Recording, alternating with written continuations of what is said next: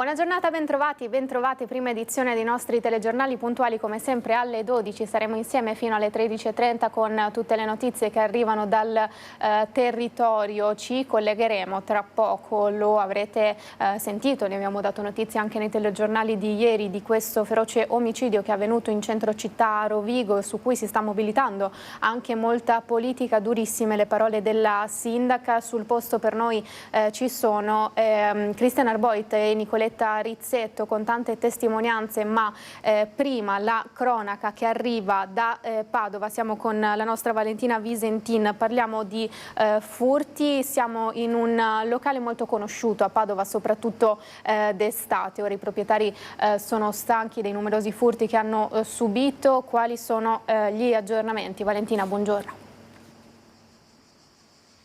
Sì, buongiorno da Padova e siamo in un luogo storico e tradizionale dell'estate padovana, l'Anguriara da Giovanni. Il signor Giovanni è qui con me e questo posto dal 1972 insomma è un punto di ritrovo per tutti i padovani che cercano il refrigerio dell'estate. Purtroppo nell'ultimo periodo però ci sono stati alcuni furti e così insomma i titolari, il signor Giovanni e il genero Davide e anche Edoardo, perché questo è un luogo di famiglia, visto che ci sono 3 generazioni che lo portano avanti, hanno deciso di prendere dei provvedimenti. Intanto chiedo a Davide che cosa è successo. Niente, noi alla sera chiudiamo il chiosco con un ondulato verde e niente, l'hanno tagliato, sono entrati e hanno preso poca roba, perché hanno preso la moneta che c'era in cassa, le birre che c'erano dentro il frigo e un paio di angurie. Il problema è che hanno fatto un venerdì e poi anche il venerdì dopo, 2 volte. Era 20 anni che non succedeva questa cosa qua. Però quest'anno è successo e purtroppo niente. Devo dormire qui alla sera perché adesso... Lei ha deciso di fare che cosa? Sì, di fare... anni prima dormivamo sempre qui. Poi abbiamo detto che non succedeva mai niente, allora abbiamo detto va bene, stiamo qui fino a un certo orario e poi andiamo a casa. Invece adesso mi tocca chiudere, stare qui, dormire dentro su 2 sedie e poi fare le ronde avanti almeno fino alle 5-6 della mattina e poi andare a casa e poi alle 10 devo riaprire il chiosco insieme a mio figlio. Ecco, tutto questo collabora anche Edoardo. Certamente, poi ci sono ovviamente qualche volta che non possiamo neanche dormire perché la mattina magari andiamo a caricare la mattina presto e è stata una brutta esperienza. Signor Giovanni, lei però è il punto di riferimento di questo posto. Dicevamo prima, è arrivata prima qui l'Anguriara che gli alberi. Sì. Da quanti anni avete questa attività?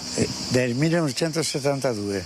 E furti così erano capitati in passato? Sì, mi hanno portato via una botte piena di angurie, poi mi hanno portato via tutto l'impianto, ma con calma. Hanno desfatto tutto quanto l'impianto, messo bene. Sono quello che sono arrivato io, ho detto Madonna, è aperto il chiosco. Sono venuto, ho trovato, tu cosa fai? Sono andato a prendermi delle birre, ma guarda che non è aperto. Adesso al suo genero che si prende cura di questo posto. Sì. Allora, prima di restituire la linea, grazie anche alle immagini di Federico Cibotto, il signor Giovanni fa per noi una cosa che è un po' il simbolo dell'estate, visto che qui le angurie si vendono a tutte le ore del giorno, ci taglia in diretta una bellissima anguria. Eccola qua. E non dobbiamo sbagliare. Visto che parliamo di cronaca, ma insomma facciamo vedere anche i prodotti del territorio. Guarda che bella. E ci salutiamo così, sperando di aver portato anche un po' di refrigerio, non solo la cronaca ma anche un po' di refrigerio in questa giornata calda. Grazie. Arrivederci, la linea può tornare allo studio. Grazie. Così da Padova insomma si continua a sorridere nonostante tutto e noi siamo alla cronaca ora, la cronaca del weekend, perché oltre agli incidenti stradali tanti gli interventi del soccorso alpino nelle nostre montagne, nelle Alpi e nelle Prealpi. Abbiamo le immagini che ci arrivano dalla Tofana, sono stati soccorsi e recuperati 3 alpinisti rimasti bloccati alla fine della via Costantini a Pollonio. I 3 scalatori di origine giovane milanese di 29, 40 e 56 anni si trovavano nell'ultima parte impegnativa quando il primo di cordata era volato senza farsi male. La sua caduta aveva però causato il cedimento della sosta. I tre amici erano stati costretti a fermarsi e lanciare l'allarme assicurandosi alla parete. A 12 ore dall'attivazione, dopo una notte di manovre impegnative a circa 3.000 metri di quota sulla parete della Tofana di Roses, questa mattina si è concluso il recupero di 3 alpinisti, recupero che è stato reso difficile però dalle condizioni avverse del meteo. Vedete appunto le immagini. Al gruppo, seguito passo passo dal campo base via radio, sono quindi andati incontro delle jeep che hanno riportato al rifugio di Bona i 3 alpinisti intorno alle 6:30 di questa mattina. E così nel Bellunese, ma anche nella zona del Monte Grappa, è stata una domenica difficile per i soccorsi. Ha fatto un resoconto di tutto quello che è successo nel weekend il nostro Mirko Cavallin. Si trovava assieme ad un amico lungo il sentiero 151 in Valle di San Liberale nel territorio di Pieve del Grappa quando è stato improvvisamente colto da un malore scivolando e battendo la testa. Un 73enne nato a San Martino di Luperi e residente a Santa Giustina in Colle si era ripreso decidendo di riprendere la salita. Poco dopo il malessere si è ripetuto, questa volta in modo più grave. I soccorsi sono stati allertati nella tarda mattinata di domenica 20, ma l'arrivo immediato dell'elicottero di Treviso Emergenza è stato vanificato dalla presenza nella zona di nubi basse. Il personale del soccorso alpino della Pedemontana del Grappa è dovuto arrivare con i mezzi a monte per poi scendere a piedi fino al luogo dove si trovava il 73enne. Il personale sanitario del SUAM di Crespano ha subito iniziato a praticare le manovre di rianimazione, ma purtroppo per l'uomo non c'è stato nulla da fare. La salma è stata imbarellata e trasportata dai soccorritori fino alla strada per essere affidata al carro funebre. Nel pomeriggio, intorno alle 16, il medesimo soccorso alpino è stato impegnato in un difficile intervento sul Monte Frontal. Una 22enne di San Zenone degli Ezzelini era precipitata da una scarpata rocciosa per oltre 100 metri finendo nel bosco. È stata lei stessa, dopo aver ripreso conoscenza, a contattare il padre che ha attivato i soccorsi comunicando la posizione.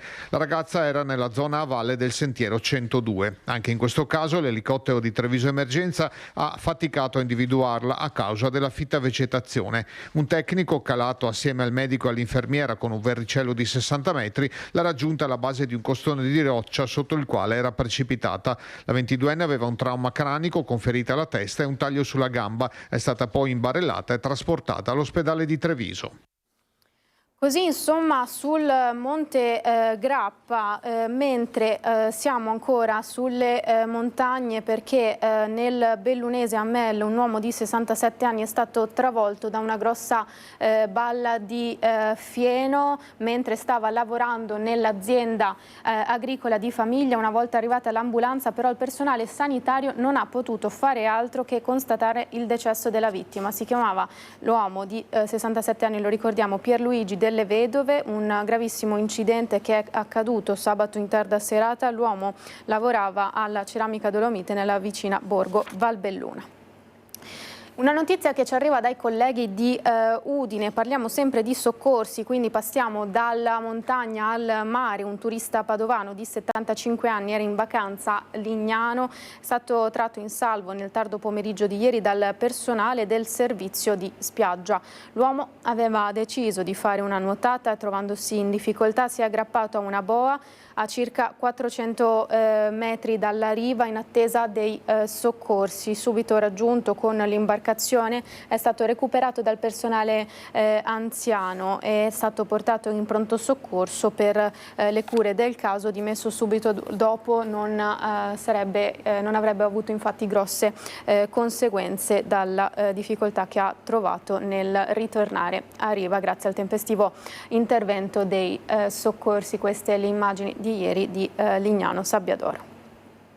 E si trova ancora all'ospedale San Bortolo di Vicenza invece i 2 feriti ricoverati in codice rosso sabato scorso in seguito al drammatico incidente che ha coinvolto un pulmino con a bordo 7 ragazzi affetti dallo spettro d'autismo e i loro operatori. Il mezzo che stava percorrendo via della Resistenza Recuaro Terme per ragioni ancora al vaglio dei carabinieri è precipitato per circa 10 metri nel gretto del torrente Agno. Da quanto risulta nessuno è in pericolo di vita. I passeggeri hanno riportato ferite di varie entità e oltre ai ricoverati a Vicenza altri con prognosi meno gravi, tra cui l'autista, sono invece ricoverati a Sant'Orso, Arzignano e Valdagno.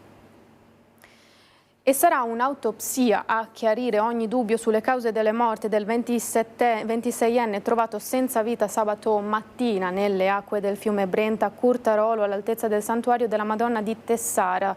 L'esame autoptico dovrebbe infatti chiarire cosa sia avvenuto, anche se nelle ultime ore sembra essere preponderante l'ipotesi del gesto volontario. La vittima è un 26enne del luogo che si era allontanato da casa la sera precedente. Il ritrovamento in spalla aveva ancora lo zainetto notato dai pescatori che hanno dato l'allarme sabato mattina. Visto il punto in cui è stato trovato un angolo del Brenta protetto dalla folta vegetazione e dalle sponde ripide, potrebbe anche essere accidentalmente caduto. E rimaniamo invece a Padova, perché la polizia ha arrestato un 53enne cinese che ha tentato di corrompere gli agenti per evitare l'arresto per favoreggiamento dell'immigrazione clandestina. Doveva essere in carcere per scontare una condanna per favoreggiamento dell'immigrazione clandestina. Per questo, quando è stato fermato dai poliziotti per un controllo stradale, ha tentato di corrompere gli agenti offrendo loro del denaro per evitare l'arresto. Un arresto che è stato così immediato per un 53enne cinese fermato durante un posto di blocco in stazione a Padova. I poliziotti avevano notato la vettura con targa croata e, insospettiti dall'atteggiamento del conducente, l'avevano fermato. A bordo viaggiavano 3 persone, un uomo alla guida e 2 passeggeri, tutti cinesi. L'uomo alla guida era senza patente e ha fornito un permesso di soggiorno di un connazionale contraffatto. Il 53enne cinese è stato così portato in questura e identificato. Aveva numerosi precedenti penali come favoreggiamento dell'immigrazione clandestina, ricettazione, utilizzo di documenti falsi, violazione privata, lesioni personali, sequestro di persona a scopo di rapina, estorsione e furto. Inoltre nel 2022 gli era stato notificato un avviso orale emesso dal questore di Prato ed era destinatario di una misura cautelare in carcere. Mentre era in questura, il cinese ha offerto più volte denaro ai poliziotti per evitare l'arresto, promettendo somme fino a 5.000 euro in cambio della propria liberazione. Per tutta risposta alla sua lunga sfilza di precedenti ha aggiunto una denuncia per tentata corruzione ed è stato trasferito nel carcere 2 Palazzi di Padova. Ancora a Padova, una storia di solitudine e abbandono, morto da solo, senza che qualcuno si accorgesse di lui e potesse aiutarlo. Il corpo senza vita di un 47enne di origine ucraina è stato ritrovato ieri pomeriggio nel parcheggio multipiano dell'Arcella in via Annibali da Bassano.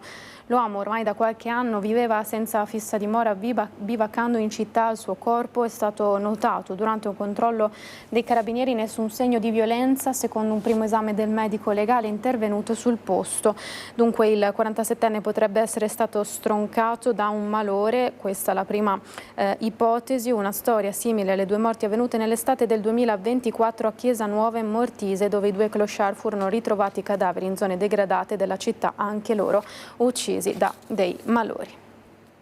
E siamo di nuovo a fare il punto, la cronaca dalle strade, soprattutto della Marca, il tragico incidente di Riese Pio X venerdì scorso, le condizioni gravissime del 17enne che si è spento poi nel pomeriggio di sabato. Ieri la famiglia ha desiderato fare un ricordo di suo figlio Adam Sabir. Siamo stati ad Altivole, dove viveva con i genitori. Adam, 17 anni, sognava di aprire un negozio di parrucchieri, frequentava la scuola Lepido Rocco della Pedemontana e sognava appunto di diventare parrucchiere, tanta la cura che aveva per il suo corpo, la passione per le uscite con gli amici. Era appena tornato dal compleanno di un amico e una chiamata che doveva ricevere la madre Luna, che non è mai arrivata. La musica a tutto volume, i gesti, le mani che si muovono al ritmo dei bassi, i sorrisi spensierati di chi era appena tornato dalla casa di un amico il giorno del suo compleanno. Gli ultimi istanti di vita Adam Sabir, 17 anni, li ha vissuti con gioia. Il video postato sui social dall'amico che era in auto con lui, il ricordo prima dello schianto: sarai sempre con me, fratello. Il cappellino con il numero 46 di Valentino Rossi, Adam stava tornando a casa dalla famiglia dove vive ad Altivole. Aveva chiesto alla madre se una volta tornato lo avrebbe accompagnato alla sagra del paese. Le aveva detto che l'avrebbe chiamata non appena sarebbe tornato, una chiamata che non è mai arrivata. Mi fa: mamma, fra un po' ti chiamo, così mi porti in sagra ad Asolo. non mi ha più chiamato, è uscito e non mi ha chiamato. Adam era tutto, era mio figlio, ho fatto per lui tutto. La corsa disperata all'ospedale. Adam, l'unico dei 4 amici che era in auto ad aver avuto le maggiori conseguenze. La Punto si è infatti ribaltata proprio sul lato dove era seduto.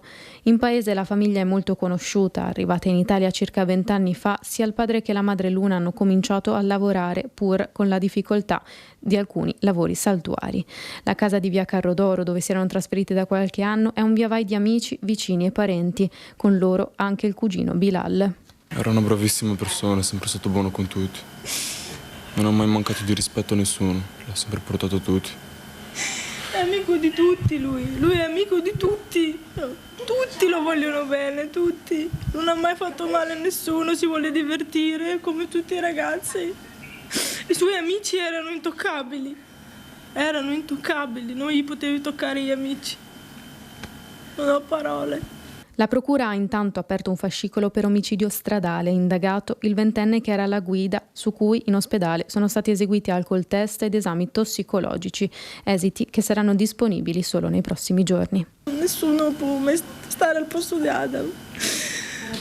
Sì, era il primo, 17 anni. Per me era tutto, anche dirmi mamma, mi abbracciava. Non so, non ho parole. Je love you, je t'aime.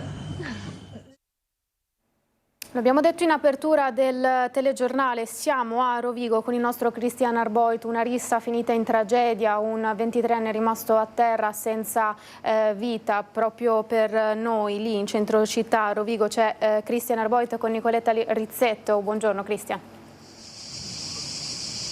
Buongiorno Edi, a te e a tutti i telespettatori di Antenna 3. Qui con me, lo vedi già, c'è l'assessore regionale Cristiano Corazzari, con il quale faremo alcune considerazioni su questo tragico fatto di sangue che ha scioccato l'intera città di Rovigo e il Polesine intero. Qui sabato notte, poco prima della mezzanotte, è morto Amine Gara, 23 anni appena, tunisino di nazionalità appunto tunisina, e questo nel corso di una violentissima rissa. Qui vedi la scena del crimine cristallizzata.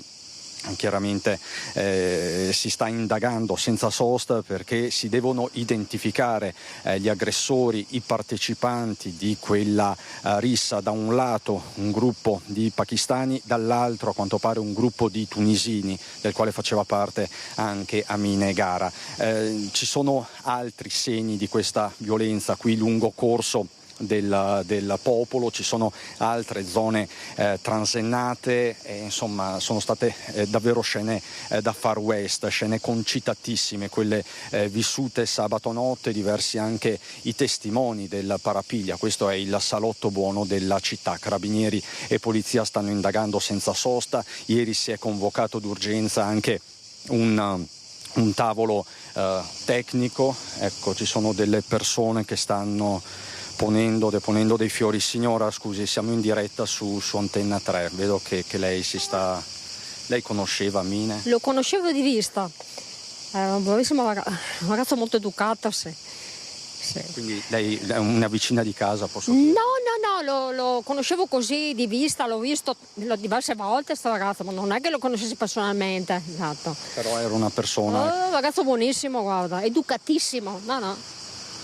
E lei che idea si è fatta di quello che è successo? Non lo so, perché io intanto abito fuori Rovigo, non abito proprio qua. Non so dirti cosa sia successo, purtroppo. Non so. Lei è il momento solo del dolore, del ricordo? Sì, esatto, del ricordo. Sì, no, non so niente, non so cosa. Signora, posso chiederle solo il suo nome? Simonetta. Grazie signora Simonetta, ecco, e lasciamo la signora Simonetta appunto a compiere questo gesto appunto di pietà nei confronti di questo ragazzo. Come vedi ci sono diversi mazzi di fiori, diversi biglietti, ci sono i datteri come nella tradizione anche islamica, ma ti faccio sentire Edi, mentre la signora Elisabetta prega e appunto ricorda Amine. Ti faccio sentire un amico, Fabio, di Amine, e senti che cosa ci ha detto. Amine era un suo amico. Sì, Amine era un bravo ragazzo, lo conoscevo da almeno 3-4 anni, ragazzo giovane perché io insomma ho un'altra età, però un ragazzo che si è sempre comportato bene, una persona molto educata, timida, rispettosa delle regole della nostra società, di tutto, integrato, perché so che ha tanti amici italiani come me, tanti amici marocchini, tunisini, ma come è normale che sia.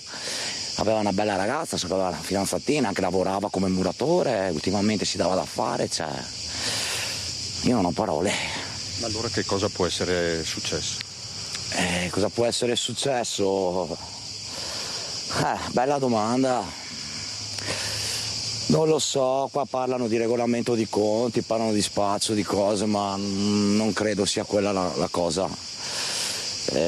Parlano di pakistani, parlano di gruppi che io sinceramente un pakistano a Rovigo non l'ho mai visto, quindi non saprei neanche, credo, non lo so, penso che sia un fallimento per tutta la società in generale, che siano per i politici, per Rovigo, per le forze dell'ordine che non si sanno proteggere, che non si sanno organizzare, che sono sotto carenza, per i politicanti, cambia bandiere, una serie di cose, è la società che è malata. Ma lei conosceva Amine, sì. Mi parla di un ragazzo timido, insomma di un bravo ragazzo, aveva a che fare con la droga Amine, che lei sappia?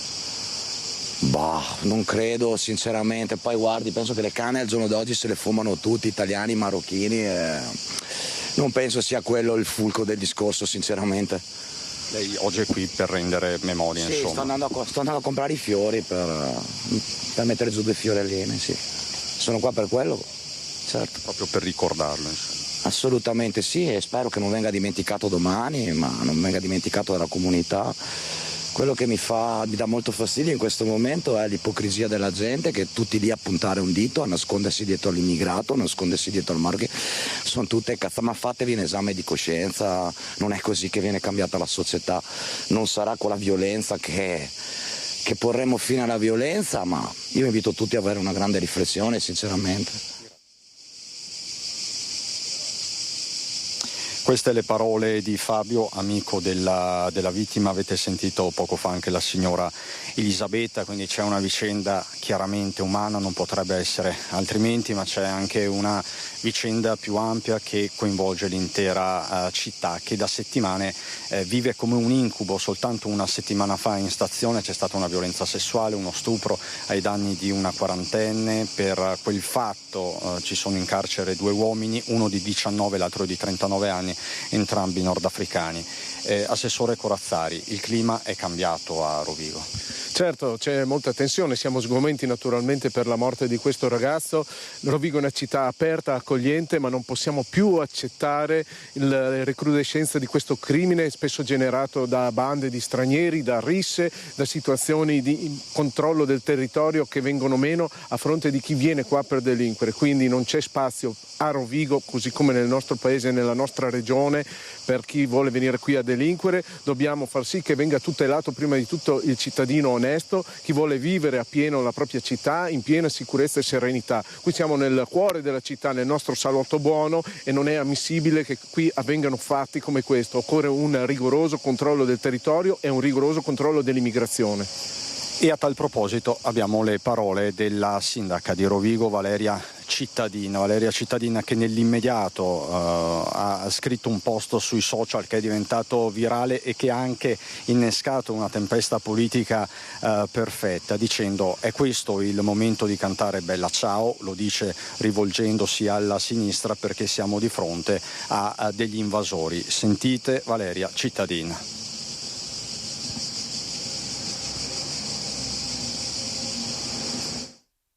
Sindaco Cittadin, stanno facendo discutere le sue frasi su quella Bella Ciao che ha scritto sui social nell'immediato dopo la rissa violenta di sabato sera. Che cosa intendeva, che cosa voleva dire? Beh, Bella Ciao è una canzone che ci fa riflettere sulla presenza dell'invasore e sulla voglia di libertà e di democrazia. Credo che debba essere cantata anche adesso, perché le sinistre si sono appropriate di questa canzone, che è una canzone patrimonio di tutti. Adesso abbiamo un ulteriore invasore, a Rovigo ce l'abbiamo, è quello fatto da tutti questi ragazzotti che non sanno rispettare le regole, non rispettano la convivenza civile e quindi ci sentiamo invasi. Anche adesso dobbiamo cantare Bella Ciao per fare in modo che sappiano restare nella nostra città se vogliono, rispettando le regole, se no le porte sono aperte perché assolutamente se ne devono andare. Troppo buonismo, lei dice? Assolutamente sì, e mi pare che i dati siano oggettivi, quindi qui non c'è da filosofeggiare rispetto al fatto che sicuramente Rovigo è una città accogliente, sicuramente ha accolto tanti immigrati e ci sono tante persone per bene immigrate che vivono a Rovigo. Io vengo dal mondo della scuola, sono un dirigente scolastico, avevo fiore di bambini e ragazzini e di famiglie che sanno vivere integrandosi in maniera esemplare con quelli che sono i nostri giovani e la nostra cultura. Credo che questi comportamenti qua dimostrino che ci sono delle sfere dove c'è qualche cosa che non va e quindi non dobbiamo essere buonisti, perché io ho ben presente l'evoluzione di via Piave a Mestre. L'ho conosciuta facendo la sindacalista negli anni, alla fine degli anni 90, dove era ancora il salotto della città. È diventata un Bronx inaccessibile. Io non voglio che il nostro Corso del Popolo e la nostra piccola Rovigo, che è un gioiello, diventi questo, e quindi bisogna assolutamente stoppare questo tipo di fenomeni. E senta, sindaco, serve una zona rossa?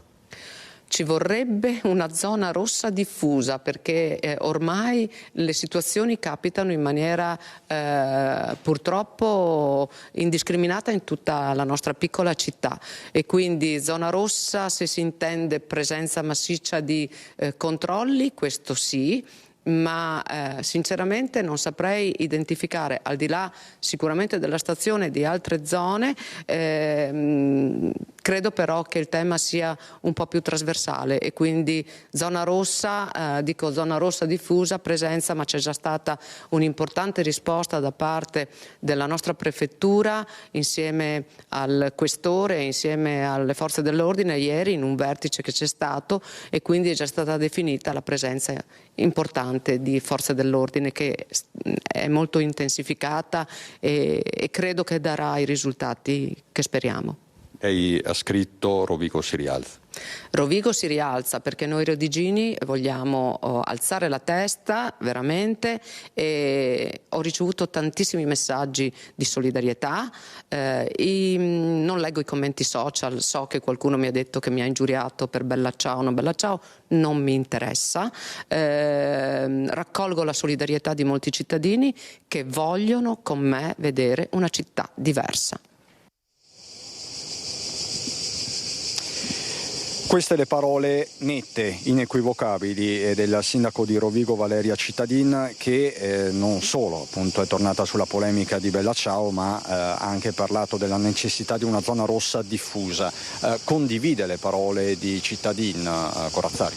Condivido in pieno, bisogna riprendere il controllo della città, bisogna evitare questi assembramenti, queste guerre, queste risse di bande di stranieri, bisogna che il cittadino onesto venga messo al centro. È chiaro che occorrono misure drastiche, occorre anche dare la possibilità alle nostre forze dell'ordine di agire e di operare nella piena disponibilità di mezzi e di uomini, e in questo devo anche fare un plauso alle nostre forze dell'ordine, alla prefettura, a tutto il sistema di sicurezza, partendo dalle nostre polizie locali. Stiamo lavorando per questo con l'amministrazione comunale, c'è stato un incontro anche ieri in prefettura, ci sarà un tavolo ordine e sicurezza, ma ciò che conta è porre misure rigorose di controllo del territorio affinché non vi siano zone di illegalità nella città, e poi anche a livello politico una politica più rigorosa sull'immigrazione, perché questa è una città accogliente, questa è una città che ha le braccia aperte per chi vuol venire qui a vivere, lavorare e contribuire alla comunità, ma non c'è spazio per chi vuole delinquere, e chi fa queste cose deve essere rimandato nel proprio paese. Questo deve essere chiaro, perché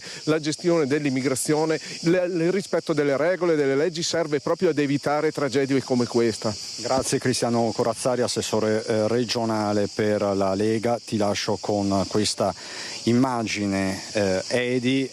Chiaramente le indagini sono in corso, è arrivata anche una pattuglia della polizia locale, tra l'altro si stanno incrementando anche i controlli della polizia locale qui a Rovigo, dove, lo ricordo, quella di sabato sera è stata la quarta rissa con esito molto violento, chiaramente la prima con esito letale, ma ci sono state 4 grosse risse qui in Corso del Popolo, qui in centro a Rovigo, in meno di un mese, quindi l'allerta, l'allarme, come hai sentito anche dalle parole delle rappresentanze istituzionali, è elevata, e tutto questo mentre si continua a indagare. Per il momento da Corso del Popolo è tutto. Con Nicoletta Rizzetto ti restituisco la linea da Rovigo.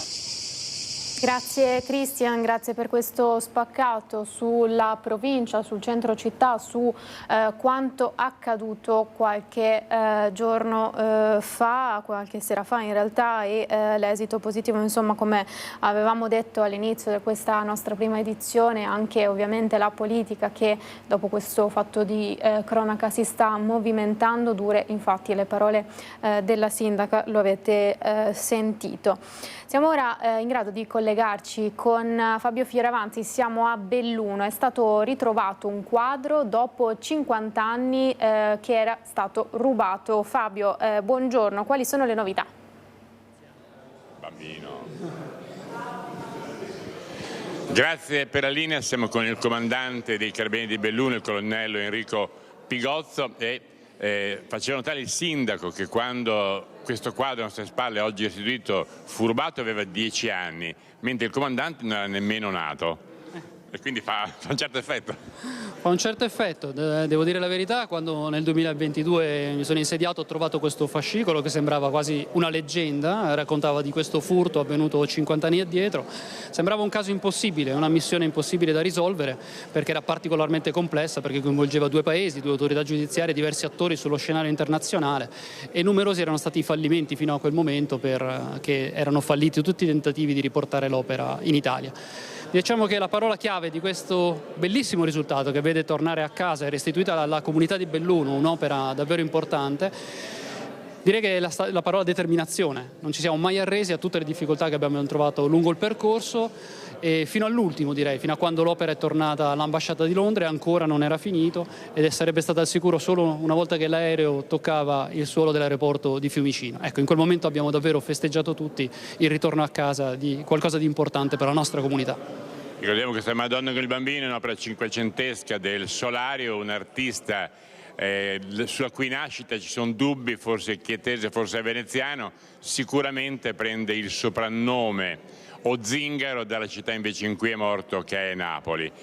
L'opera appunto è scomparsa, fu rubata insieme ad altre 10, 50 anni fa dal Museo di Belluno. 3 opere sono state recuperate, 2 appunto sono già esposte, e questo lo sarà per alcuni giorni, perché non so se lo vedete, se il collega Stefano Bozzi riesce a far vedere, ci sono dettagli dei danni che l'opera ha subito, quindi dopo alcuni giorni di esposizione verrà messa nelle mani dei restauratori.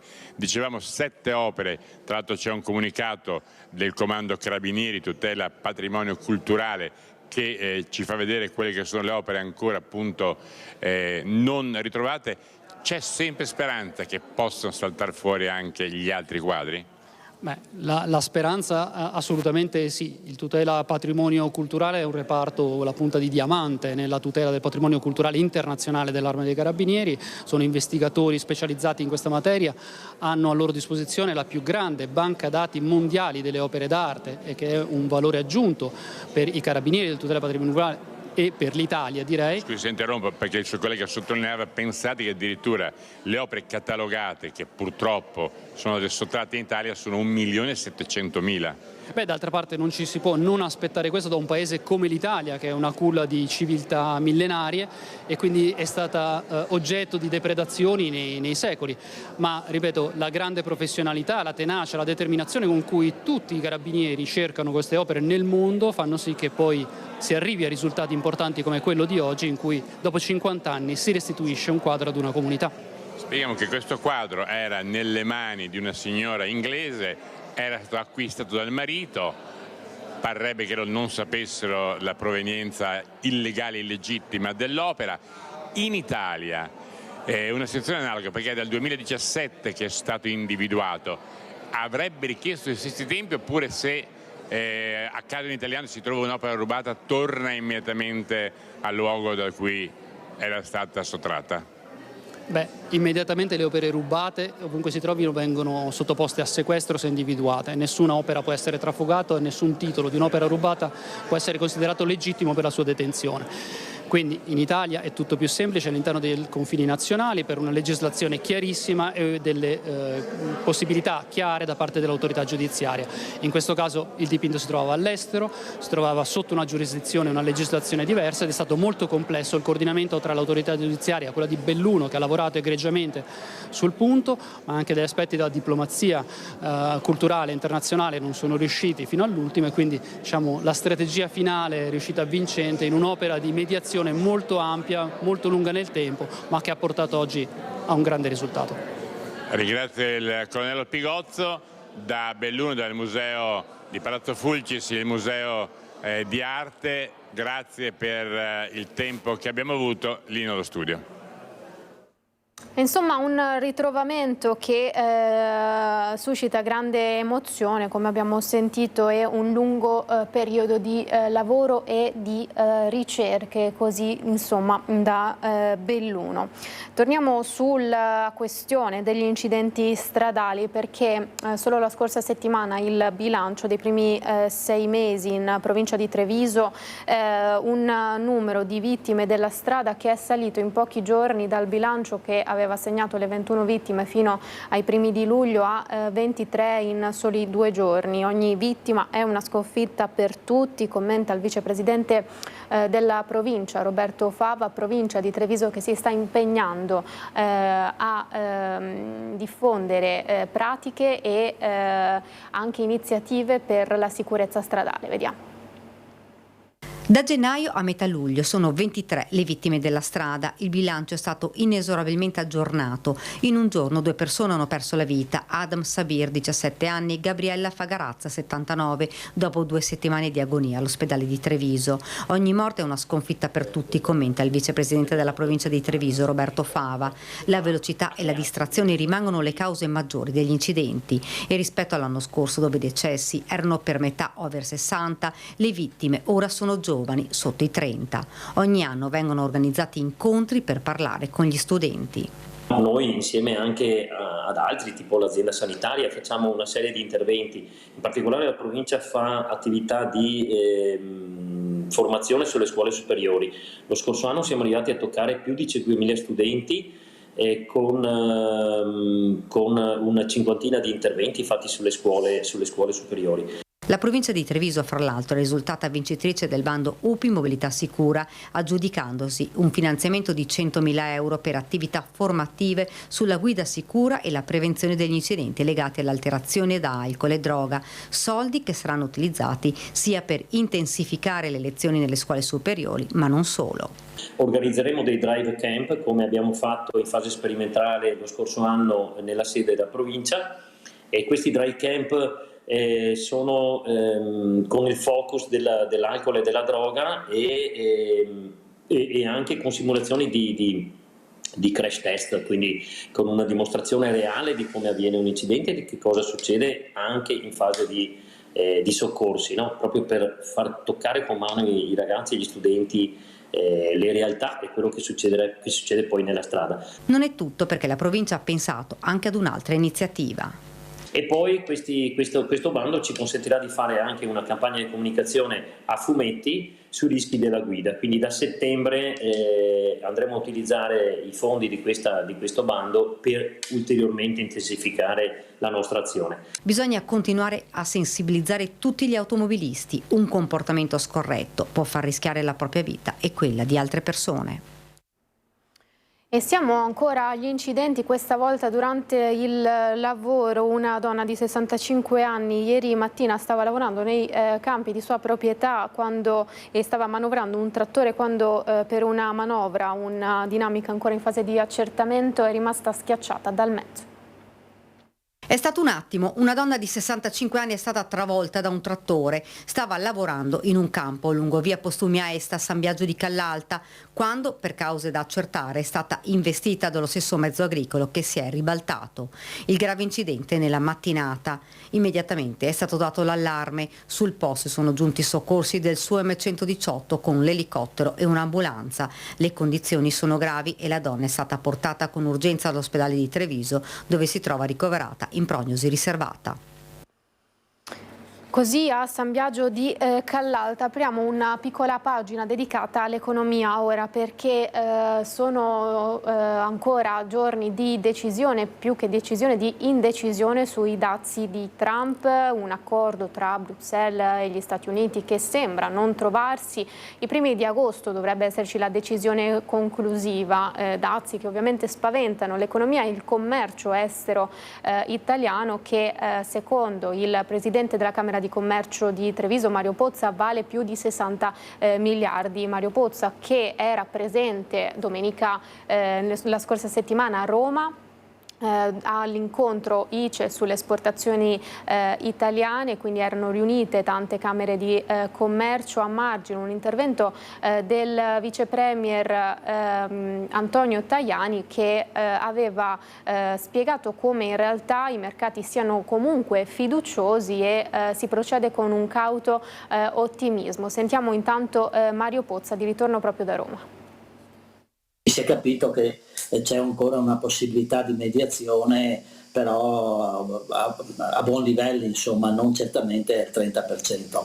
Non si può dire e non si può mettere per iscritto, però un po' di ottimismo se l'è visto, insomma. A Roma, a margine dell'incontro ICE sulle esportazioni, parole di rassicurazione nell'intervento del vice premier ministro degli esteri Antonio Tajani. Sebbene non ci sia ancora un accordo tra Bruxelles e Stati Uniti, i dazi non saranno del 30%, ma più bassi.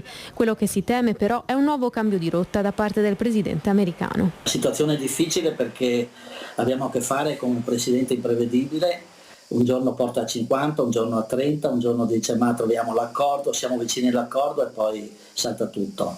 Ad essere preoccupati non sono solo i mercati dell'Eurozona, ma anche gli stessi americani. Se i dazi, così come li ha previsti Trump, andassero in porto, ci saranno effetti non solo sui commerci ma anche sulla finanza. Il dollaro comincerebbe a svalutarsi nei confronti dell'euro e gli stessi americani subiranno le conseguenze della tassazione nelle importazioni.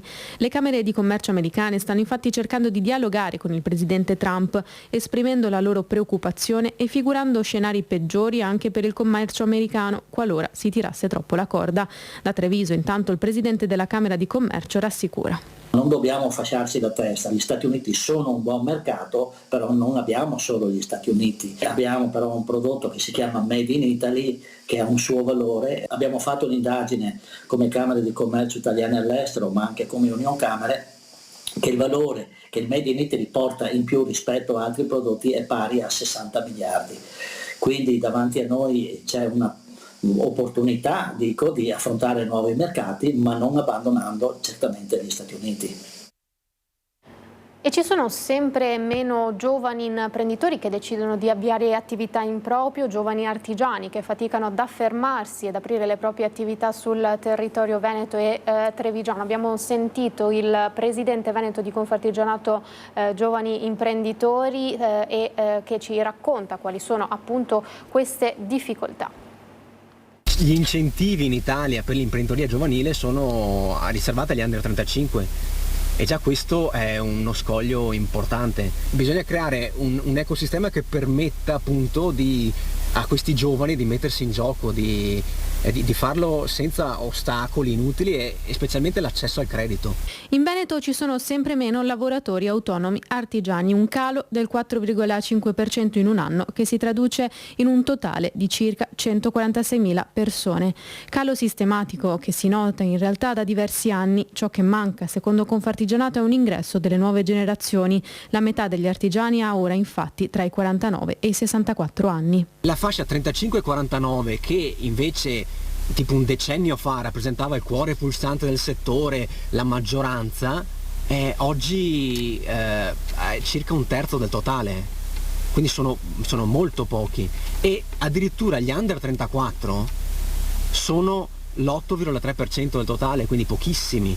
Effetti del calo demografico, ma soprattutto della mancanza di incentivi. Tra studi universitari che finiscono alla soglia dei 30 anni, un primo passo nel mondo del lavoro che difficilmente arriva prima dei 25. Giovani che si affacciano al mondo dell'imprenditoria artigiana intorno ai 30-34 anni. Un artigianato che sta subendo poi un profondo cambiamento e che richiede sempre più tecnici specializzati, soprattutto nel mondo informatico. Stanno entrando nuove figure professionali e questo è un altro capitolo. Manca anche la formazione per quanto riguarda questi lavori. Per evitare, secondo me, una dispersione di sapere e know-how, bisogna creare una filiera generazionale di competenze che parta dalla trasformazione attraverso percorsi universitari, anche arrivi a dei tirocini e che permettono ai giovani appunto di entrare nel mondo del lavoro. Ci spostiamo a Mestre ancora per la questione della torre di Mestre di via San Marco e le contestazioni, insomma, dei vari comitati alla sua costruzione. Ne avevamo parlato anche la scorsa settimana in diretta con la nostra Anna Maria Parisi. Anna Maria Parisi che ha incontrato questa mattina il parroco di Mestre che spiega perché ci sarebbe un'apertura, secondo lui, e un bilancio positivo tutto sommato da questa costruzione. Sentiamo la nostra Anna Maria Parisi. La tanto discussa torre di Mestre, il grattacielo di 70 metri di viale San Marco, ne parliamo con Don Natalino Bonazza. Don Natalino, parroco della San Giuseppe a Mestre in viale San Marco, chiesa che si trova proprio di fronte a più o meno dove dovrebbe sorgere questo importante progetto per la città. Don Natalino, lei si dice favorevole al progetto laddove con il parere della VAS, di cui si è in attesa, sia tutto a norma. Favorevole al progetto, prima che al cemento, però parliamone con la comunità affinché ci sia un dialogo, così in estrema sintesi. Allora mi tocca fare una precisazione. Io non sono né favorevole né contrario al progetto di per sé. Io finora ho osservato come questo progetto è stato presentato, promosso, contestato, discusso nelle sedi competenti. L'ultima notizia è il pronunciamento del TAR. Secondo me occorre stare a questi fatti, cioè noi giustamente cerchiamo di comprendere anche il sentimento, perché è un progetto impattante, non c'è dubbio, che è presente qui nella comunità del villaggio San Marco, ma allo stesso tempo occorre anche fare i conti con le ragioni che sono state esaminate e quindi col pronunciamento del TAR. Penso che sia bene per tutti se un progetto del genere, che ha grandi e rilevanti conseguenze, per gli uni negative, per gli altri positive, comunque ha un impatto su questo nostro ambiente, avvenga secondo le regolari procedure e rispettando le condizioni che vengono poste e quindi che sono consentite. Perché in ogni caso abbiamo bisogno oggi di avere delle buone pratiche, non semplicemente così dal punto di vista delle realtà spontanee, ben vengano, ma di avere anche delle buone pratiche dal punto di vista istituzionale. Quindi viviamo giustamente in una società democratica dove c'è un pluralismo di idee, di posizioni, eccetera. Nello stesso tempo viviamo anche in uno Stato di diritto dove le istituzioni preposte hanno il dovere non solo di vigilare, ma anche di esaminare, di valutare quello che poi sta a cuore a tutti, cioè il tanto decantato bene comune. Mi pare che da questo punto di vista la parrocchia abbia la funzione, per così dire, di semplicemente mantenere un ambito di confronto, di dialogo e anche, direi, di giusto andamento dell'evoluzione che può avere in questo quartiere questo progetto, come anche altri, perché no? Perché non possiamo restare fermi a com'era il villaggio agli inizi degli anni 50 e difatti non siamo fermi. Io per questo motivo vorrei davvero dire una parola che sia rasserenante, perché c'è bisogno di equilibrio e anche, ripeto, di rispetto delle stesse istituzioni che funzionano. Difatti è stata presentata, diciamo, al TAR una serie di istanze, ecco, e il TAR ha risposto. Dando ragione comunque al progetto, mettiamola così in modo semplicistico. Quindi anche lei, don Natalino, non nega il fatto che l'area in questione degradata va come dire, bonificata, va insomma per i residenti stessi, per la comunità stessa, compresi i parrocchiani, va tenuta certamente in uno stato che non è quello attuale. Beh, lo stato attuale di quell'area è di fatto uno stato di abbandono e bisogna ascoltare tutte le voci di coloro che vivono attorno a quell'area, nel perimetro di quell'area, e li posso comprendere. Anche il fatto che la stessa parrocchia sia nei pressi mostra chiaramente, questo è il mio punto di vista, ecco, che c'è una sorta di, diciamo pure, di buco. Anche qui, fra tanti buchi di Mestre, c'è anche questo. Si può appunto avere idee diverse su come riempire quel buco. Io ho usato anche un'altra metafora, come cucire i pezzi di città, perché evidentemente lì c'è qualcosa che non è ancora cucito.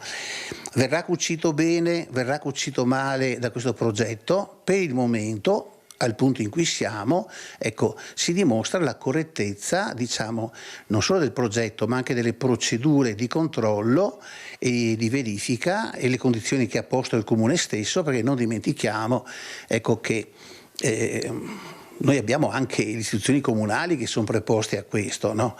E quindi il progetto non è semplicemente che viaggia per conto suo, ma non voglio entrare nel dettaglio perché so che su questo versante finora c'è stata una certa diciamo forzatura anche dal punto di vista politico. La cosa non mi riguarda, a me interessa che il risultato sia comunque buono e ci siano appunto le varie istituzioni che hanno la responsabilità di verificare la bontà del progetto, che possono dare il loro assenso.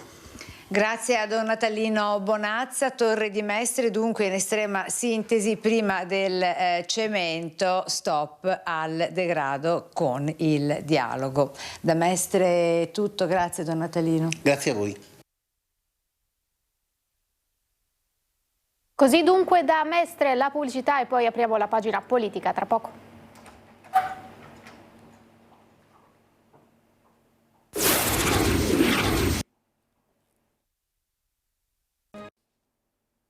Eccoci tornati in diretta, apriamo dunque la pagina politica. Con me in studio saluto e ringrazio il segretario del Partito Democratico della Regione, del Veneto, Andrea Martella, grazie per essere in nostra compagnia. Buongiorno a lei e a tutti i vostri telespettatori. Insomma, come sempre facciamo il punto sulle questioni politiche della settimana. Ovviamente non possiamo non parlare del grande incontro che si terrà stasera, questa cena, si dice, tra i 4 leader del centrodestra, Lupi, Meloni, Tajani, Salvini. Insomma, dovrebbe uscire questa sera il nome per il candidato del Veneto. Si discuterà ovviamente di tutte le regioni, ma i riflettori sono puntati sul candidato del Veneto. Non sono state settimane facili per il centrodestra.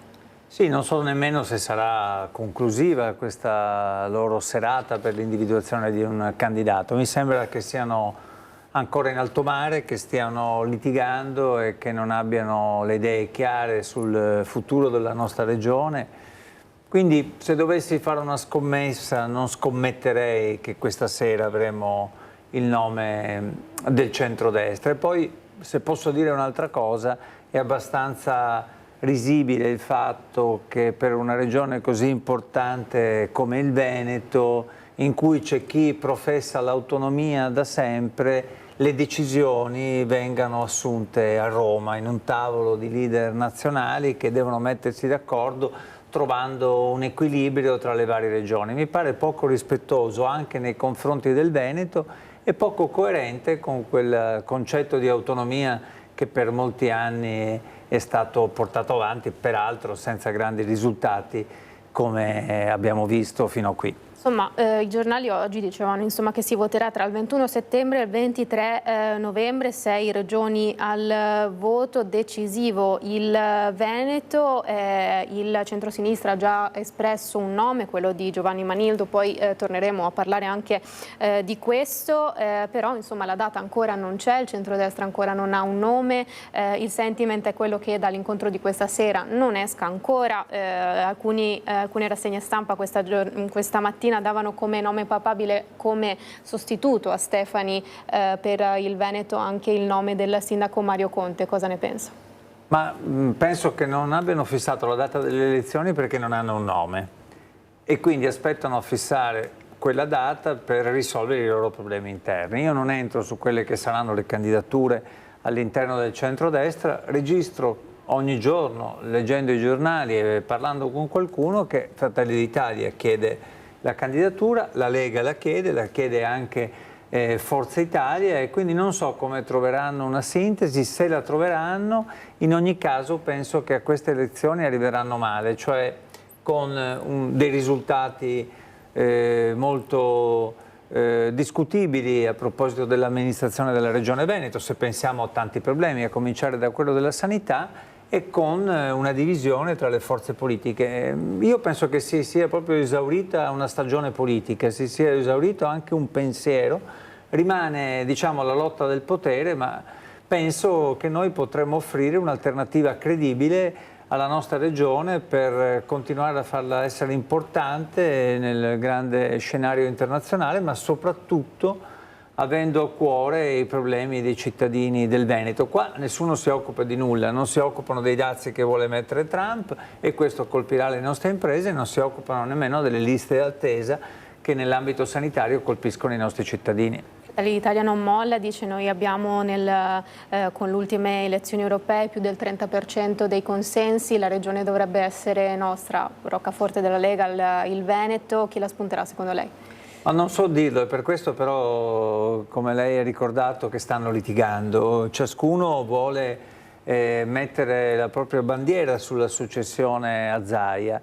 Ecco, io scommetto che tutta questa discussione magari non li porterà da nessuna parte e che avremo un altro tipo di governo con il nostro candidato, la nostra coalizione, e così questi sogni di gloria che si scontrano con il potere, magari verranno considerati in altro modo dal voto dei cittadini. E così la comunicazione del centrodestra, molto diversa da quello del centrosinistra per questa campagna elettorale che di fatto per il centrosinistra è iniziata con un nome, Giovanni Manildo, che come avete espresso dal centrosinistra, un nome che rappresenta l'unità tra i vari partiti che formano il centrosinistra.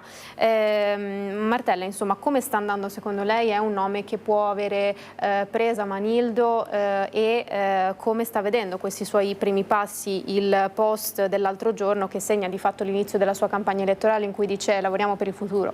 Sì, abbiamo scelto tutti insieme Giovanni Manildo, la figura di un ex sindaco, di un amministratore con il profilo di una persona capace di unire, e infatti l'abbiamo scelto unitariamente come Partito Democratico e all'interno della coalizione, peraltro con una coalizione vastissima che va dai 5 Stelle, passando per il PD, AVS, le forze civiche, più Europa ed altri, per arrivare a Italia Viva e probabilmente, lo vedremo nelle prossime ore, anche ad Azione. Non c'è mai stata una coalizione così in Veneto, così ampia e così plurale e così rappresentativa. Manildo ha il compito di non solo tenerla tutta insieme, cosa che sta già facendo, ma soprattutto di dimostrare questa stessa unità al Veneto, in campo progettuale, in campo programmatico. Lo fa mettendo al centro la parola futuro. Sì, noi dobbiamo costruire un nuovo futuro, soprattutto per i giovani, rendere di nuovo la nostra regione attrattiva, e Manildo l'ha fatto proprio parlando con i giovani l'altro giorno a Padova, all'università, e sabato a Treviso inizieremo ufficialmente la sua campagna elettorale con una manifestazione pubblica che si terrà al Parco degli Alberi Parlanti sabato mattina alle ore 10, in cui sarà presente Manido e con lui tutte le forze, le personalità che l'hanno sostenuto. Certo. Vedo davvero un riscontro positivo nel corso di queste settimane. Proprio a Padova è nata una polemica con l'ESU, la mensa universitaria, che ha attaccato di fatto Manido dicendo è un utilizzo distorto degli spazi, un atto deprecabile quello della sua presenza in quel momento lì. Ma mi pare veramente che sia stato solo un'incomprensione, un malinteso. Mi sono meravigliato di queste parole e anche dopo che c'era stata la spiegazione, da quello che mi hanno riferito, io non ero presente, Manido ha fatto, l'incontro era previsto fuori dai cancelli, e poi con i giornalisti che giustamente hanno reso conto di quella giornata sono entrati di qualche metro. Quando gli è stato fatto presente che non si poteva stare in quell'area è uscito. Non vorrei che ci fosse anche un certo nervosismo dietro queste esternazioni che sono venute.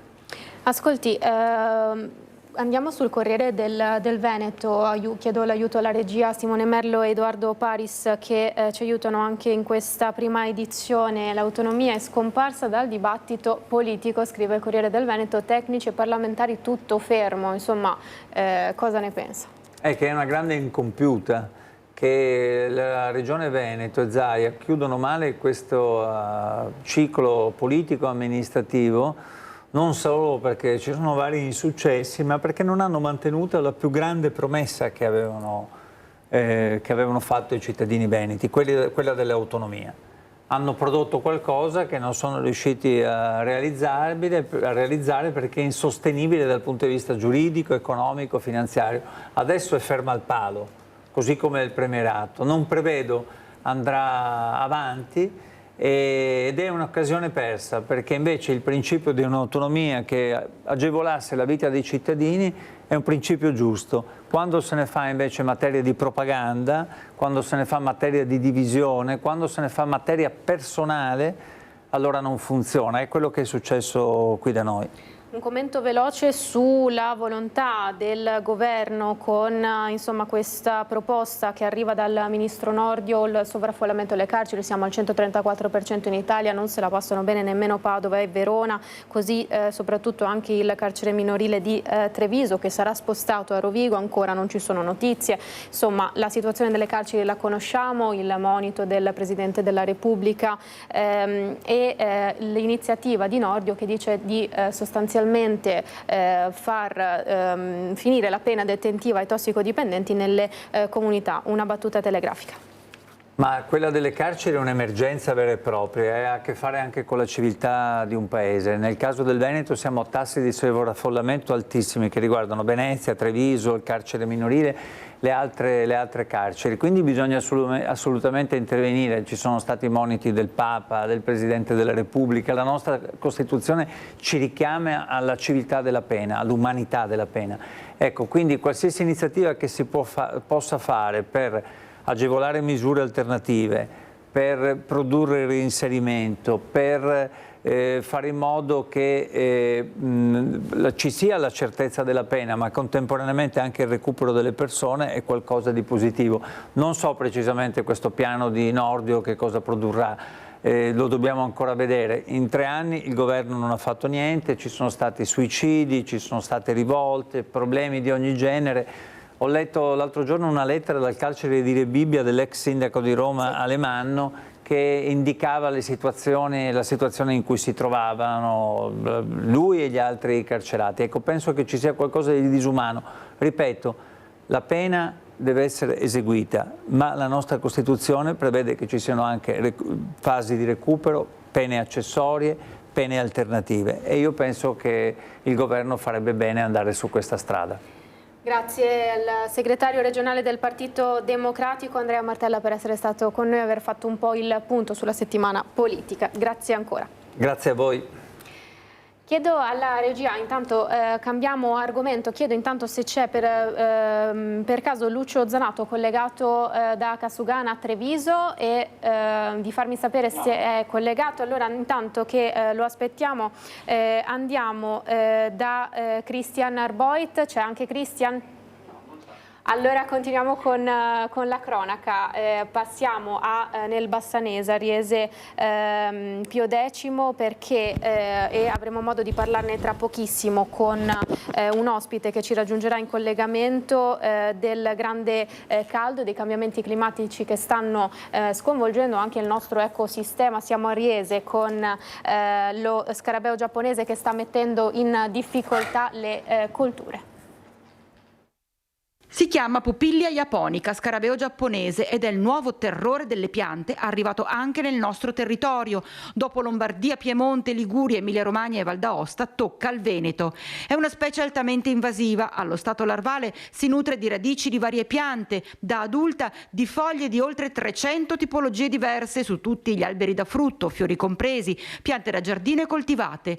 E il fatto che sia stato trovato nell'area della Castellana a ridosso della zona dei vivai di Loria sta preoccupando e non poco, tanto che a Riese i sindaci del comprensorio ed esperti del settore fitosanitario della regione si sono trovati per capire come muoversi per arginare i danni che potrebbe creare l'insetto ed eradicarlo. Quello che si dovrà fare è un lavoro di sinergia di informazione sul territorio con le attività economiche e dall'altra parte come servizio fitosanitario ci vedrà coinvolti a supportare l'attività di controllo e di contrasto di questo insetto tramite il posizionamento innanzitutto di trappole a cattura massale per cercare di contrastare appunto la diffusione e una serie di trattamenti sia su terreno sia su cultura in campo per eventualmente riuscire a eradicare questo insetto dal territorio. E ricordiamo il caso di dengue a Oderzo. Oggi partono le disinfestazioni nelle aree interessate che sono state individuate dall'US2 e ieri il direttore generale dell'US2 Benazzi ha detto comunque nessun allarme per le persone che sono entrate in contatto con l'uomo contagiato che ora è attualmente a casa, non è servito il ricovero in ospedale. Ci colleghiamo di nuovo con il nostro Christian Arvoit da Rovigo, c'è con lui Diego Crivellari, consigliere comunale del Partito Democratico. Siamo ancora all'omicidio che è accaduto nella serata di 2 sere fa nel pieno centro di Rovigo. Christian, di nuovo buongiorno. Di nuovo buongiorno a te Edi, siamo sempre qui a ridosso del monumento di Giacomo Matteotti, luogo appunto della tragedia che ha sconvolto l'intera città di Rovigo e non solo, dopo un mese difficilissimo con uno stupro in stazioni e 4 risse violente. In tanti ci hanno detto l'aria è cambiata, resta una vicenda anche politica con le parole che avete sentito anche poco fa espresse dalla sindaca Valeria Cittadin che dice c'è stato troppo buonismo, serve una zona rossa diffusa e ancora rivolgendosi alla sinistra, al centro-sinistra, è adesso il momento, dice, di cantare Bella Ciao perché è adesso che siamo di fronte agli invasori. Parole molto forti, inequivocabili. Lei come le interpreta? Diego Crivellari, consigliere comunale del Partito Democratico e già parlamentare del PD.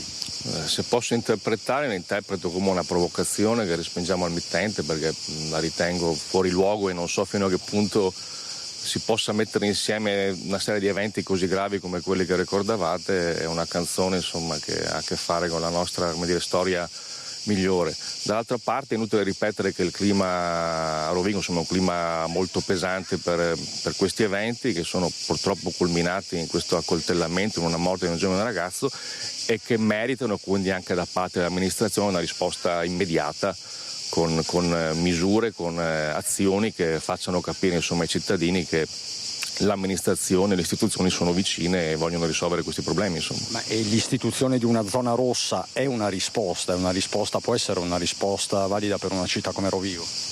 Guardi, non so nemmeno fino a che punto uno strumento di questo tipo sia applicabile in un contesto che è quello di una città piccola di 50.000 abitanti.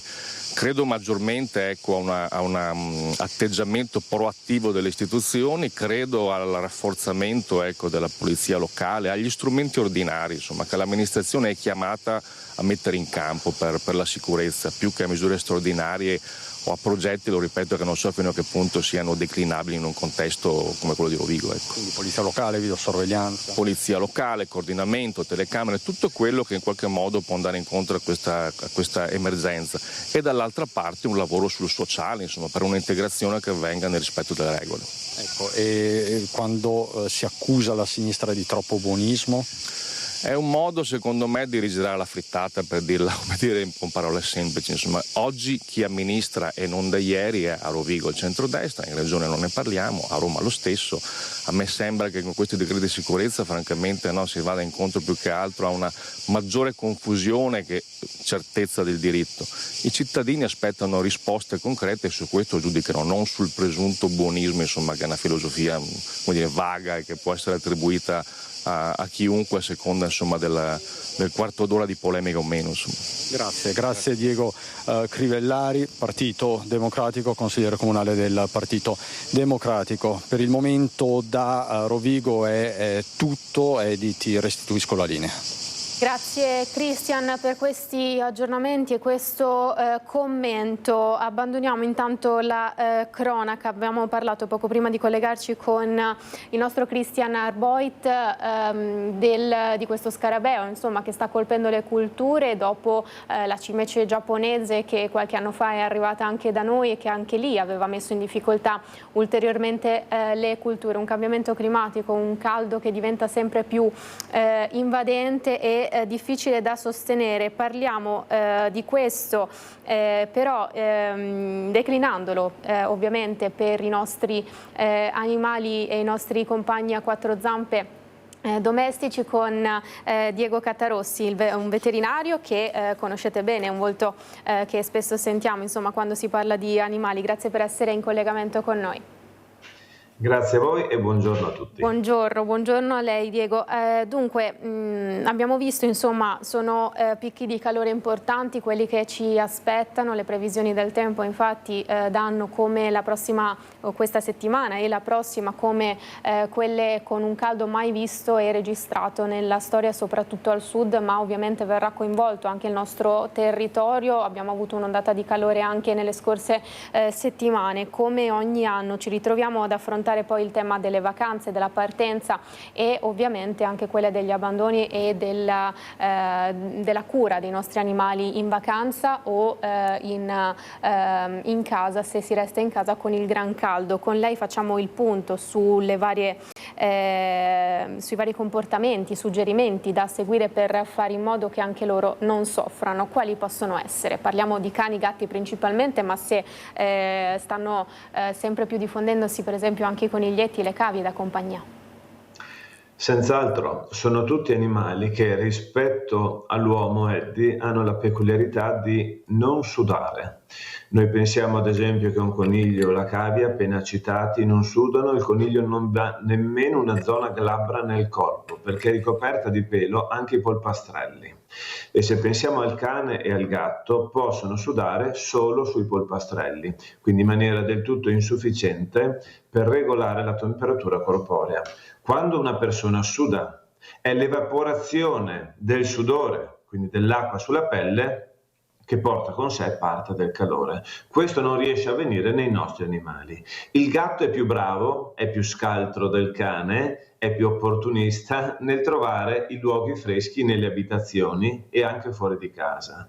Il cane per sua natura sta col proprietario, ovunque il proprietario si trovi, per la sua straordinaria fedeltà e riesce a disperdere il calore fondamentalmente con la respirazione. Chiamiamo polipnea termica quell'atteggiamento di ansimare a bocca aperta, usando il cavo orale, quindi la lingua e l'interno della bocca, come il radiatore di una moto o di un'auto, facendo passare più aria possibile all'interno della bocca, che è fortemente vascolarizzata, cerca di abbassare il sangue e con questo la temperatura corporea.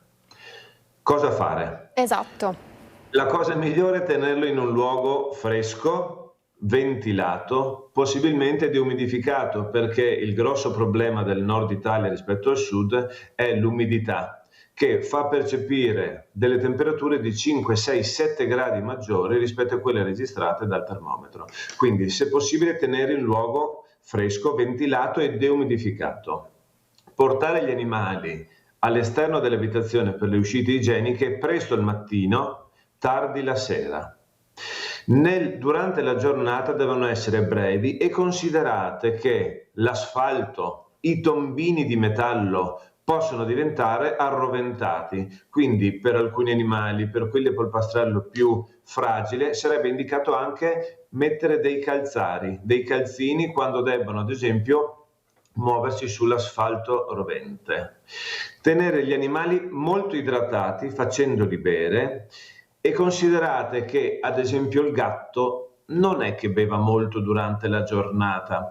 Per incentivare questo si possono usare delle ciotole molto larghe con uno specchio d'acqua molto grande, o trovate anche in commercio delle fontanelle che, portando in movimento l'acqua con un piccolo motorino elettrico, stimolano il gatto ad andare a bere. Molti proprietari mi dicono anche che lasciano il rubinetto con il goccia a goccia che cade, proprio per stimolare gli animali a bere. Nella misura in cui notiamo che stiano molto soffrendo, si possono bagnare per mimare un po' una sudorazione, si possono bagnare soprattutto la testa, le estremità, per favorire uno scambio termico. Infatti, alcune razze sono più predisposte di altre ai danni da calore, e tra queste le razze che adesso vanno più di moda, come i Carlino, i Bulldog francesi, cani che chiamiamo brachicefalici col muso schiacciato, perché il meccanismo della ventilazione che vi ho spiegato prima è deficitario se il muso è molto molto corto. Come riusciamo a capire quando il nostro animale da compagnia è in sofferenza, sta soffrendo per il caldo? Quali sono i sintomi da tenere sotto controllo? La prima cosa che si nota è un'irrequietezza, sembrano irrequieti e non riuscire a stare al loro posto, ansimano molto, e questo addirittura è possibile vederlo nel gatto quando subisce un'ipertermia. Dopodiché c'è la fase proprio della fase della prostrazione, si stendono, allargano le estremità in maniera quasi naturale, portano le gambe diciamo molto divaricate, appoggiano spesso l'addome per terra alla ricerca disperata del fresco. È questo il momento in cui il proprietario, prima ancora di rivolgersi al veterinario, perché magari possono passare molti minuti prima che possa essere seguito da uno specialista, dovrebbe bagnare le orecchie, il muso, le estremità, senza creare uno shock termico. Non useremo acqua ghiacciata, useremo dell'acqua fresca e cercheremo di evitare il corpo, proprio perché lo sbalzo di temperatura non porti a un collasso. Sono più soggetti ai danni da sbalzo di temperatura anche qua gli animali anziani e cardiopatici, perché già la frequenza cardiaca molto aumentata dall'ipertermia potrebbe raggiungere un livello soglia, quindi numero di battiti cardiaci, e far collassare il nostro animale. Senta, invece, qualche consiglio se decidiamo di portare il nostro amico a quattro zampe, che sia un cane, un gatto o qualsiasi altro animale, in vacanza con noi? Quali sono le accortezze da seguire, magari anche per viaggi lunghi in macchina? Siamo sempre più fortunati, Eddie, perché vedo sempre più strutture dog and cat friendly che si sono organizzate per ospitare i nostri animali, spesso sono i benvenuti, e quindi non ci sono scuse per non portare i propri animali in vacanza con sé.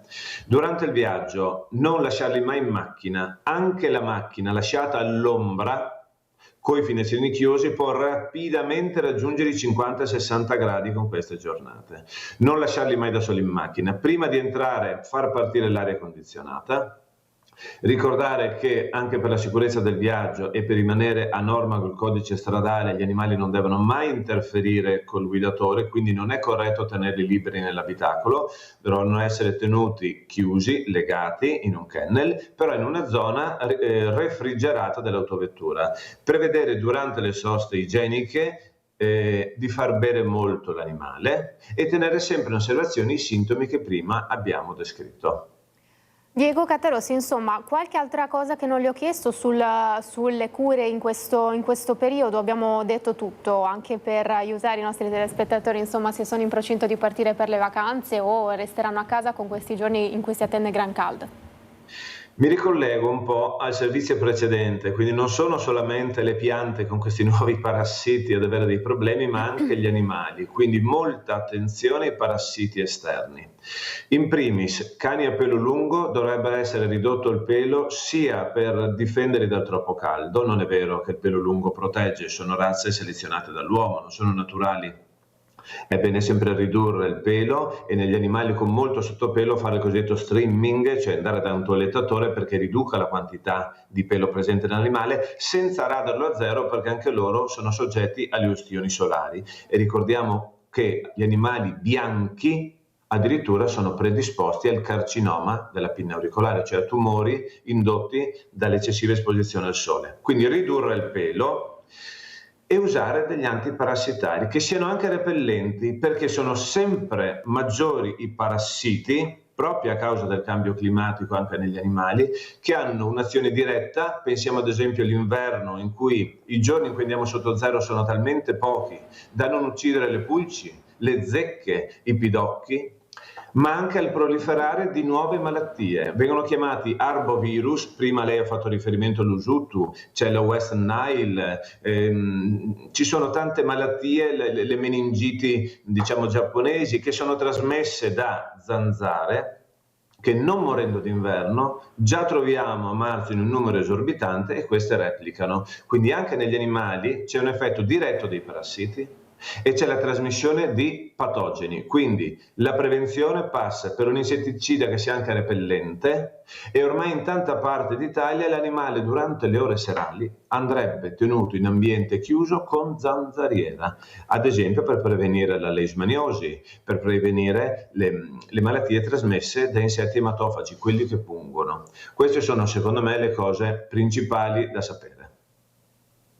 Diego Caterossi, per questi preziosissimi consigli, ci risentiremo magari per altre occasioni. Grazie per essere stato in nostra compagnia. Grazie a voi, buona giornata. Altrettanto, noi andiamo qualche istante in pubblicità, poi torniamo ancora in diretta, tra poco.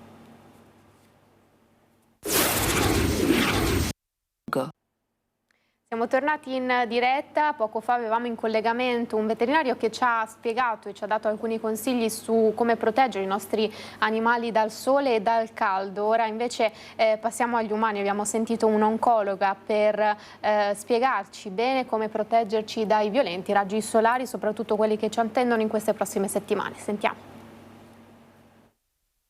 Sui social sta spopolando la tendenza della cosiddetta abbronzatura selvaggia, un'esposizione prolungata, estrema e spesso senza protezioni al sole, con il solo obiettivo di sfoggiare sui propri profili tintarelle a chiappa like. Una tendenza pericolosa che va contro le indicazioni degli esperti, che ogni anno d'estate ripetono come un mantra la necessità di proteggersi dal sole. La protezione solare, soprattutto in chi ha un tipo di pelle che viene definito fototipo a rischio, deve essere continuativa e soprattutto deve esserlo nell'età infantile, cioè da quando si nasce ai 20 anni, 25, è il momento più importante per prevenire il melanoma, perché il melanoma è legato più che all'esposizione continua di tutta la vita alle scottature solari. Secondo l'OMS, oltre il 90% dei tumori cutanei non melanoma è attribuibile all'eccessiva esposizione ai raggi ultravioletti, dunque è bene proteggersi dai raggi solari non solo se si va in vacanza al mare, ma anche in montagna. Le creme solari sono importanti e devono essere certificate e quindi avere il bollino europeo di idoneità alla vendita e all'uso, e dobbiamo usare soprattutto nelle pelli a rischio e nei bambini almeno il fattore di protezione 50. Nelle pelli più adulte si può usare anche il fattore 30. In Italia, dall'Associazione Italiana Registri Tumori, confermano un trend in crescita. Nel 2023 sono stati registrati circa 24.000 nuovi casi di melanoma, con un incremento del 20% negli ultimi 10 anni. Il melanoma può insorgere da un nevo preesistente e questo succede in circa il 25-30% dei casi, o può insorgere ex novo. Quindi siccome i nevi possono svilupparsi fino ai 30 anni, un neo nuovo che insorge dopo i 30 anni va controllato. Quindi è molto importante l'autocontrollo delle persone, perché sono quelle che meglio possono conoscere la pelle e dire no, questo non c'era. Così dunque i consigli per affrontare il sole e il caldo dei prossimi giorni e l'estate in generale. Siamo in chiusura della nostra prima edizione. Ricordo questa sera alle 21 l'appuntamento con Ring a condurre Ferdinando Avarino, gli ospiti il senatore Luca De Carlo di Fratelli d'Italia, Riccardo Barbisan della Lega, Marco Zabai del PD, Said Caibi, Alleanza Verdi Sinistra, Tommaso Razzolini, Fratelli d'Italia, Fabrizio Boron, Forza Italia. Ovviamente ricordo la programmazione pomeridiana, subito dopo la sigla come sempre le previsioni del tempo e poi i telegiornali della sera a partire dalle 18:30. Una buona giornata, arrivederci.